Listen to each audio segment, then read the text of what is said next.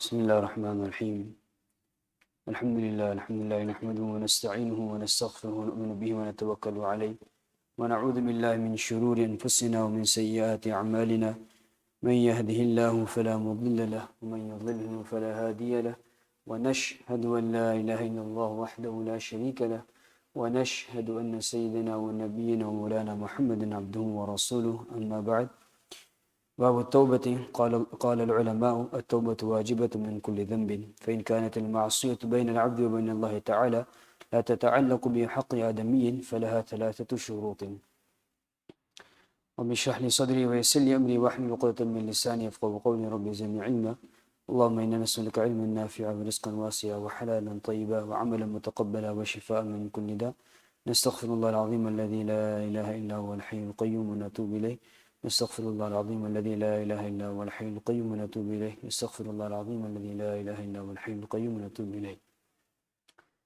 In the last week dars, alhamdulillah, the points that we took were few signs of acceptance of tawbah.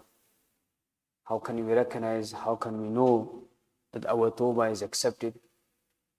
One of the signs mentioned was that the image of that sign, of that sin is removed. The image of that sin is removed. The love of that sin, the attachment to that sin is removed. Now the person has hatred towards it, he dislikes that sin, doesn't want to do that action again. So that's one of the signs that was mentioned. Another sign we mentioned was that a person is able to distance himself from evil company, from bad company, physical company, digital company. However, in whatever way possible, a person is able to remove himself and distance himself from that. Another sign we mentioned was that he is ready to leave this world. If the angel of death was to come to him, he is ready to answer the call. He is waiting to meet Allah subhanahu wa ta'ala. There is no attachment to this world. He's ready to meet Allah subhanahu wa ta'ala and he's looking forward for the hereafter. And there were a few other signs we mentioned as well. Now the next subject on this tawbah is the sunnat method of doing tawbah. The sunnat method of doing tawbah. So we learn from the hadith of the Prophet sallallahu alaihi wasallam that one method of doing tawbah is that a person, he prays 2 rak'at salah with the intention of tawbah, which is known as salat al-tawbah. So a person, he performs 2 rak'at salah, and after the performing the 2 rakat salah, he makes dua to Allah subhanahu wa ta'ala, he seeks forgiveness to Allah subhanahu wa ta'ala. There are many du'as of forgiveness in the Quran Sharif itself. And then Maulana Sayyid Dura Sahib has got this very small booklet, it's yellowish color. There's also PDF available if the person was to just to search istighfar Maulana Sayyid Dura Sahib. On the Tazkiyah website, there's a PDF available as well. It's got only the Quranic du'as of istighfar. It's about 15-20 of them. So if a person is able to have that in front of him and continuously use them, those words of the Quran, and there are words of the istighfar in hadith of the Prophet sallallahu alaihi wasallam. So he makes dua to Allah subhanahu wa ta'ala using these masnoon du'as and these Quranic du'as, because these Quranic du'as and masnoon du'as have a seal of acceptance. They're definitely accepted by Allah subhanahu wa ta'ala. Best time to choose to do this is at the end of the day. When a person has completed the tasks of the day, he's settled, now he's resigning to bed, he's going to bed. So at that time, a person is sort of free-minded now. He's sort of settled now. So at that time, a person, spare a few moments, spare 5 minutes, 10 minutes, perform wudu, 2 rakat salah, and turn to Allah subhanahu wa ta'ala in dua, seek forgiveness from the actions of the day, the wrong and the evil actions that the person has done, and take an account of himself. Then that will help him to, be able to purify himself and rectify his actions. If not, then if a person is able to wake up in the latter portion of the night, in the time of tahajjud, that's even better. But if a person is not able to do that, at least before going to sleep, one of the last actions and one of the last amal a person can do is do tawbah to Allah subhanahu wa ta'ala. So this is a sunnat method of doing tawbah. Yes, there are other times as well a person can do tawbah is at the time of committing the sin. If a person realizes that I'm doing something wrong, immediately stop yourself there. Immediately stop yourself there, especially if you have the capacity and the ability and the strength to stop yourself from the sin. Immediately stop yourself. And that time when you stop yourself from committing the sin, again, Hadith Muhammad explained as well, and he highlighted that this is the time of acceptance of your dua. So if a person was about to commit a sin and he realizes something clicked on his mind that no, this is wrong, and he stopped himself from that sin, at that time make dua, that dua will be accepted by Allah subhanahu wa ta'ala. So a person doesn't need to wait till the end of the night. Whenever the sin is committed and realization come, immediately turn to Allah subhanahu wa ta'ala. Inshallah, that tawbah at that time will be accepted by Allah subhanahu wa ta'ala. Now, how can we maintain the tawbah? How can we maintain the tawbah, as highlighted before as well? That every night before you go to sleep, we take an account of ourselves. We take an account of ourselves. Then in that way, we will be able to benefit from the day after. If we are alive next day, if we do wake up in the next day, then we'll be able to remind ourselves that yesterday I was involved in these sins. I was committing these sins.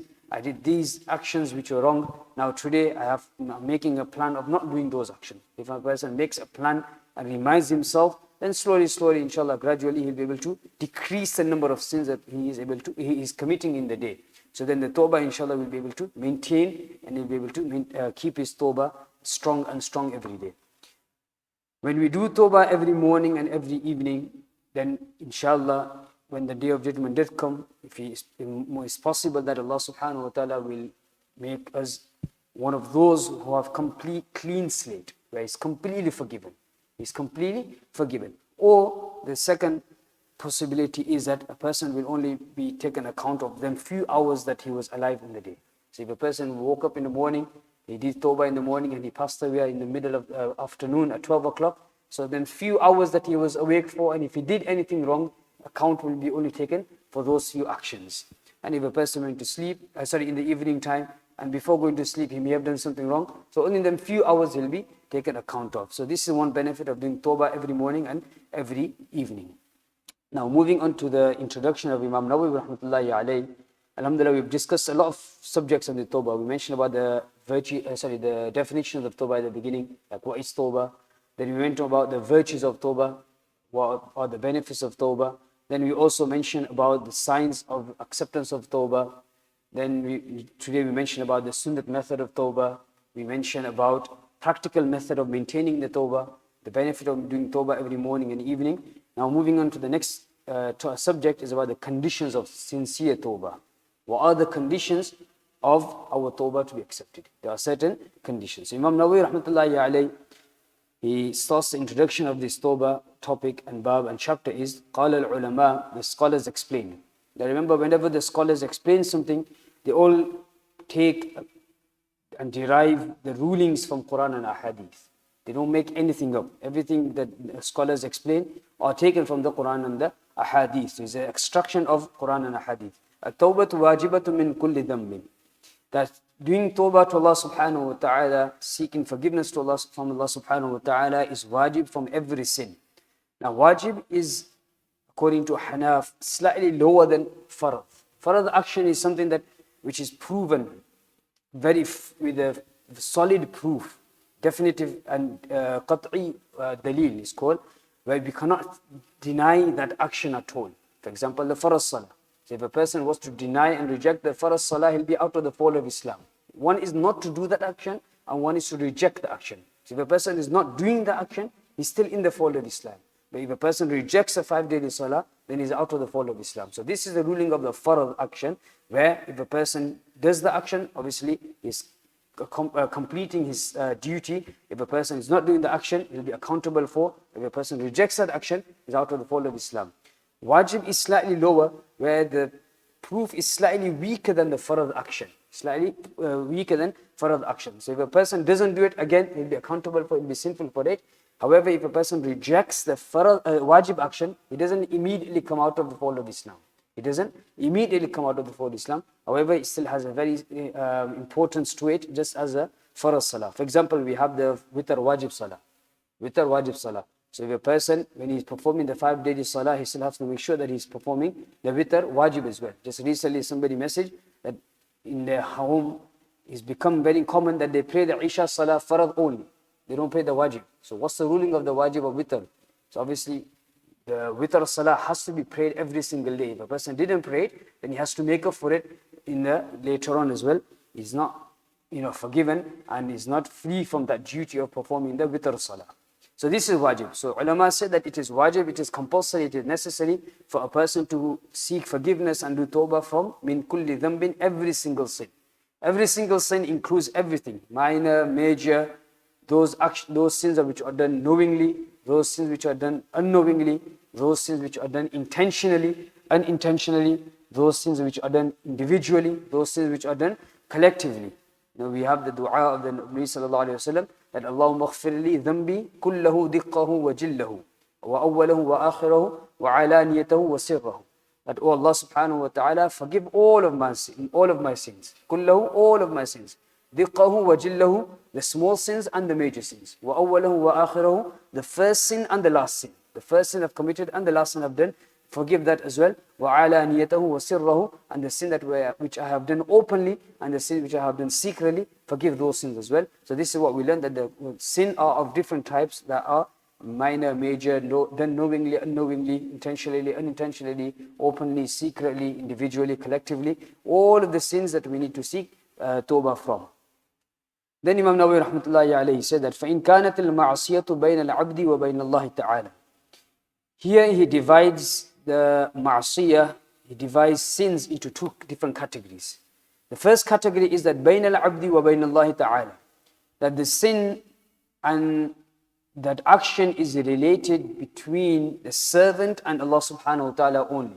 So it's between the individual and Allah subhanahu wa ta'ala. There's no other person or there's no other creation in the middle. So those are one category. For example, the farz salah. Farz salah is between the person and Allah subhanahu wa ta'ala directly. You have zakah, for example. You have hajj, you have sawm.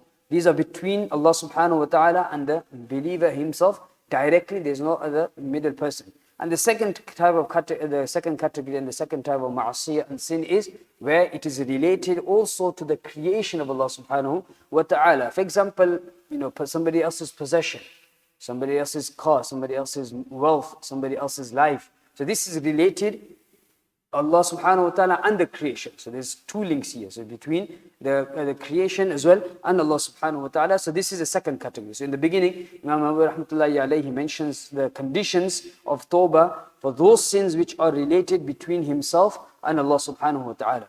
Now if you look at our deen, our shariat, we mentioned that there are 5 segments and 5 sections to our deen. You've got the acts of worship. The first one is imaniyat. We have the beliefs. We have the beliefs. آمنت بالله وملائكته وكتبه ورسله واليوم الآخر والقدر خيره وشره من الله تعالى والبعث بعد الموت. So the beliefs are discussed in there. Then number 2, we have the acts of worship. We have the ibadat, we have the acts of worship. Now these two are generally related to Allah subhanahu wa ta'ala directly. Generally related to Allah subhanahu wa ta'ala directly. Now the other 3 sections that we have is mu'amalat, mu'asharat and akhlaq. Our social life, our transactions and our characters. These are generally related to the creation also. They are related to creation also. So there are only 2 segments and 2 sections are related to Allah subhanahu wa ta'ala. There are many more rights which are related to the creation of Allah subhanahu wa ta'ala. فإن كانت المعصية بين العبد وبين الله تعالى لا تتعلق بحق آدمي فلها 3 شروط. So if the sin is between the servant and Allah subhanahu wa ta'ala only, and it has no relation to any human being, فَلَهَا ثَلَاثَةُ شُرُوطٍ. Now for that tawbah and to be accepted, there are 3 conditions.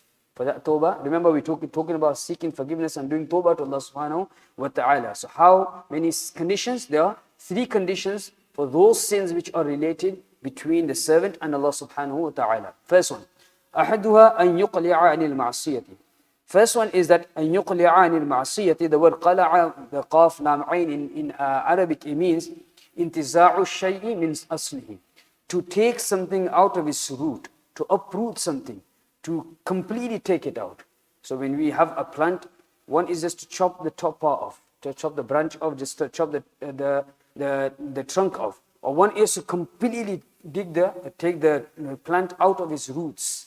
So that's what the first condition is, that a person is able to completely remove that sin from his life, completely move away from that sin. A person has the habit, for example, of listening to music and he realizes that this is wrong. Now he completely removes himself. The action of listening to the music is removed from his life. The gadgets or those channels which were making him commit those sins, he's removed himself from there. Those friends which used to make him listen to music, he's distanced himself from there. Those tracks that he had on his phone or on his computer, on his laptop or wherever, he has deleted those folders, he has deleted those actions. So you have completely removed yourself from that sin and the place of sin and the chance and the channel of sin. So this is the first condition, that if a person is able to remove himself completely away from that sin. وَالثَّانِي أَن يَنْدَمَ عَلَى فِعْلِهَا. The second condition is that a person feels ashamed. He has been committing this sin, he feels very stressed about it. He has so much, feels ashamed and he has so much regret, and he has this guilty feeling that all my life, or last 5 years, 10 years since I've become conscious, I've been listening to music, or I've been smoking, or I've been drinking. What Allah protect us. Any sin that a person has been committing, he has his feeling of regret and hatred towards it. He feels ashamed, and he doesn't want even to speak about it to anybody else. When we hate something, we don't want anybody else to mention it to us, and we don't mention it to anybody else. Why? Because we hate that object, we hate that action, we hate that thing. So like this, the person was involved in some certain sin. Now there's dislikeness for that, there's hatred for that sin. So he doesn't, talk about it anymore. He moves himself away from there. He feels very sorry and very ashamed and stressed about that sin. وَالثَّالِثُ أَن يَعْزِمَ أَن لَا يَعُودَ إِلَيْهَا أَبَدًا. And the third condition is that he makes a firm resolution. He's very determined and decides, and he makes this firm intention that I will never ever go towards that action again anymore. I will never come towards that action anymore. I'm completely changing myself. I will not go towards that website. I will not go towards that app. I will not go towards that friend. I will not go towards that place. I will not go towards this where I was committing the sin or how I was committing the sin. Completely person moves himself away from there. So these three conditions were mentioned. Number one, for our tawbah to be sincerely accepted by Allah subhanahu wa ta'ala, number one was that أن يقلع عن المعصية, that we completely remove ourselves away from there. So we move away from there. Number two, أن يندم على فعلها, we feel ashamed and we have this regret feeling and distressed feeling. And number three, that we make intention not to go towards that action again. Now even this divides into two sections here. The ulama explain further. Imam Nawawi rahmatullahi alayhi hasn't mentioned this here, but the ulama explain here that these sins which are related to Allah subhanahu wa ta'ala and the servant directly, they are also divided into two. One is that requires compensation, and the second one doesn't require compensation. For example, we have lying, we have backbiting. Backbiting will be related to creation of Allah subhanahu wa ta'ala as well. For example, you have the sin of listening to music. So that's between himself and Allah subhanahu wa ta'ala. Now when a person does tawbah from listening to music, it doesn't require any compensation. So that's the second category. And the first category is that where it requires compensation. For example, person has not been praying his Fajr Salah for the last 5 years. Now he does tawbah, he realizes that he's gone off, for example, 3 days, he sat in the ta'lim, he's been in that environment, and he realizes that, last 5 years I've not been praying my Fajr Salah. So he has that feeling of, guilty and regret. Now, he just sincere tawbah in them 3 days, comes back and changes himself. Now that does not mean that for the last 5 years that he has missed his Fajr Salah, the tawbah is sufficient. No. The tawbah means, the tawbah is done for the laziness. The tawbah is done for the missing of that action. But he still has to compensate for it. He still has to pay for it. For example, in this life as well, a person, he went through the traffic light, red traffic light a couple of times, and speeding through the speed cameras a couple of times. He receives one penalty, second, third, fourth, fifth penalty. Doesn't mean that the sixth penalty, after that he pays the sixth penalty and the last 5 are forgiven. No. He's paid the sixth penalty, but he still has to pay the other 5 outstanding penalties as well. They will not let him off. They will continue to send you reminders. And not only that, they will send you to the court. Not only that, they will have to pay for the court as well. Then you'll have to pay for your solicitors. And then if you continue not paying the penalty, and time will come that the bailiffs will appear. And they will try to seize your assets and they will seize your properties. Why? Because you're not paying for those 5 penalties that you've had. So you're not going to be forgiven. This is the rule of the human beings. They're not going to forgive you. Like this, there are certain actions, certain sins which are related to Allah subhanahu wa ta'ala also. We're not going to be forgiven for those as well. Inshallah, we just conclude on this and we'll elaborate on this next week. So we mentioned today, first of all, the sunnah method of doing tawbah.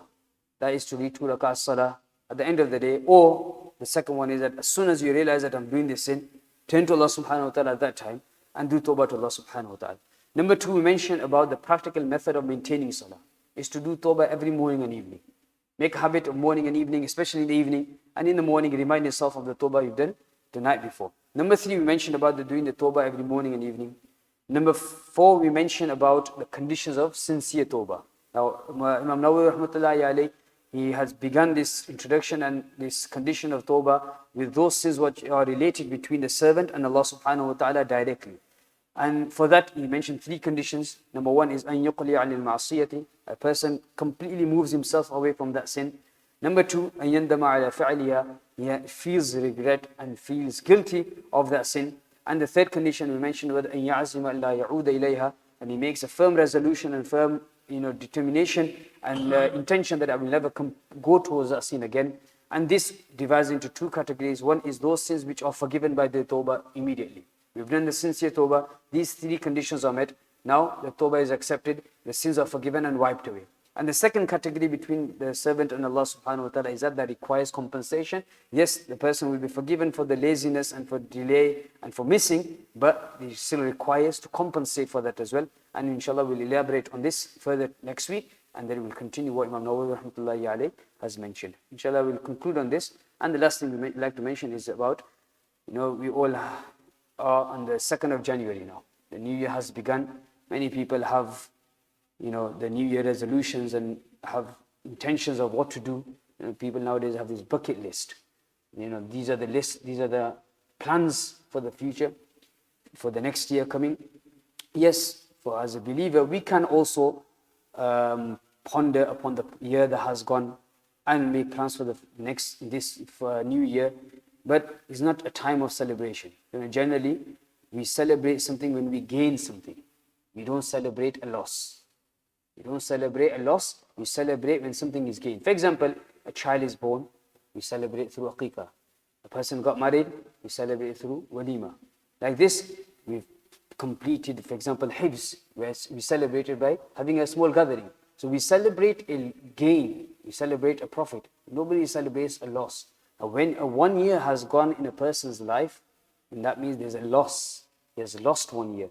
He's decreed to stay in this world for 60 years. And when 1 year has gone by, that means he's got 59 years left now. When next year has gone by, 58 years left. Slowly, he's getting closer and closer to his death.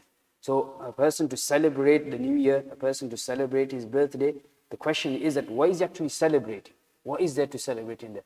It's actually a person, the time for him to ponder that, what have I done in the last year, and what am I planning to do in the future? What am I planning to do in the next year, if Allah subhanahu wa ta'ala keeps him alive? So this is what we need to do as well. Try to contemplate and ponder upon our life that has gone by. And the new year, Ramadan is very close, only about 77 or 78 days left for the month of Ramadan now. Very, very close.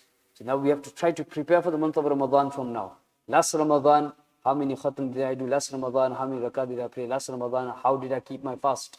Was I fulfilling the conditions of fast? And etc.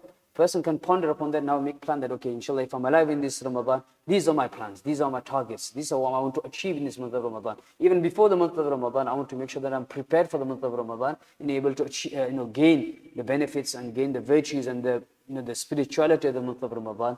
We ask Allah subhanahu wa ta'ala to make this new year, which has just begun, means of barakah for us, means of safety for us, a means of making our iman stronger and stronger, and bringing this understanding of preparing for the hereafter, preparing for our own death.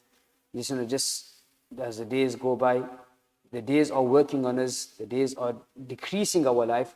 We need to make sure that we are increasing on our good deeds. Abdullah ibn Mas'ud radiallahu anhu, he says that if a day has gone by and I've not increased anything, then that day is a day of sorrow for me. If I have increased in something, that day is day of happiness for me. So he says that I don't regret anything as much as I regret the day upon which the sun has set, while my life has decreased and my deeds have not. So every day there should be an increase in good deeds and decrease in evil sins. We ask Allah subhanahu wa ta'ala to give us the ability to bring these points into our life. Allahumma ameen. Subhanallah, bihamdi. There's so much to say about this New Year's as well, inshallah. continue. We just stop here for now. Allah subhanahu wa bihamdi, subhanakallahu wa bihamdika. نشهد أن لا إله إلا أنت نستغفرك ونتوب إليك. اللهم صل على محمد وعلى آل محمد وبارك وسلم. سبحان ربك رب العزة عما يصفون وسلام على المرسلين والحمد لله رب العالمين برحمتك يا أرحم الراحمين. جزاك الله خيرا.